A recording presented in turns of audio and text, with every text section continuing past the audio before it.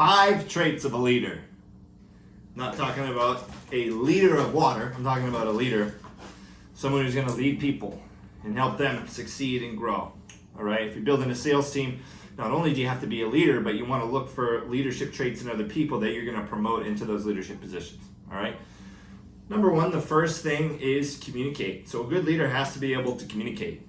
These are 5, by the way. There's going to be others, but I'm going to run through the 5 that really struck me today. All right. Number 1, communicate. Good leader effectively communicate with his or her team members.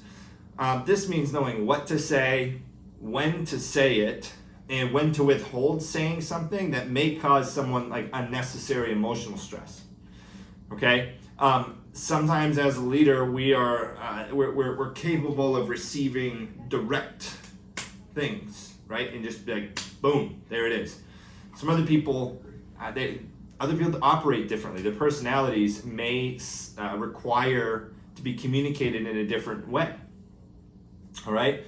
When selecting a leader for your team, a good indicator of someone's ability to communicate is how well they're able to speak to other members of their team, and also how well they're able to communicate with their clients, right? Because if someone is capable of communicating with their clients in a really good way, right, getting someone who's upset to calm down, making someone who's sad laugh, they may be able to translate that over into how they communicate with other people when they lead other people. All right. This doesn't mean that a great salesperson is always going to be a great leader. That doesn't mean that, but communication is a very, very important trait. So communicating breaks down in a few different ways. One, you have to know that when you can communicate with people in a certain way so that they understand the message that you're trying to get across. Communication is huge in that you want to keep things as positive as possible. You want to focus on the positive aspects of things, right? Someone says, man, I had a tough time with my calls today or with my sales today. Man, I love the persistence. Great job pushing forward. Let's find out how to capitalize on these opportunities that you had. Okay? So communication is huge. Another thing is you have to be able to make decisions quickly, and you have to be able to make tough decisions. And you have to be able to make decisions that maybe not everyone will like, but are for the better of the group.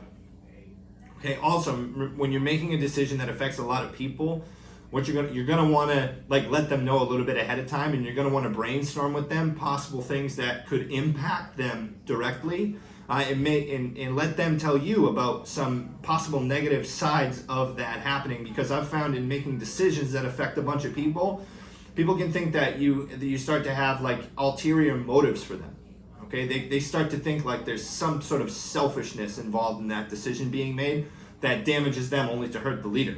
So you want to make sure to bring these things up ahead of time so you can brainstorm and address any issues that may come up from decisions. I'm talking about big overarching decisions on a large level.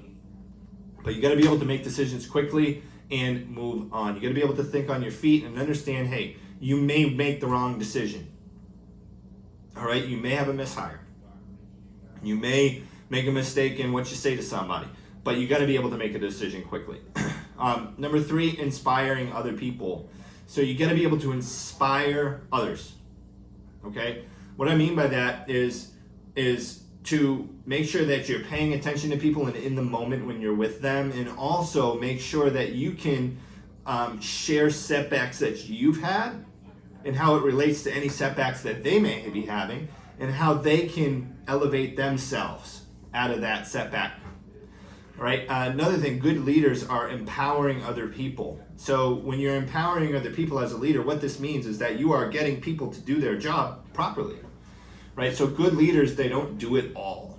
They teach others how to do more. Right? A great leader shows other people how to do their job better. In fact, your only job as an executive, your primary purpose as an executive or a leader of a sales team, is to show other people how to do their job.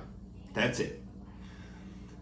And whatever surrounds on that. It includes hiring and training and stuff like that. But you want to empower other people to be able to perform their jobs efficiently and properly. Because if not, you're going to be stuck doing a lot of stuff.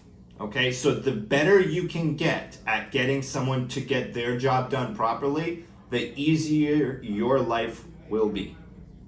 Okay? The better you get at getting someone else to do their job properly, the easier your life will be. okay? Because you won't be sitting in two jobs, okay? If someone isn't properly trained, if they're not empowered to be able to take on the responsibilities and duties of their position, what they're going to be doing, they're going to be like hitting you with stuff for a long time. It's going to take away your attention from you being able to help others, help more people. So you want to get people fully able to complete their position, right?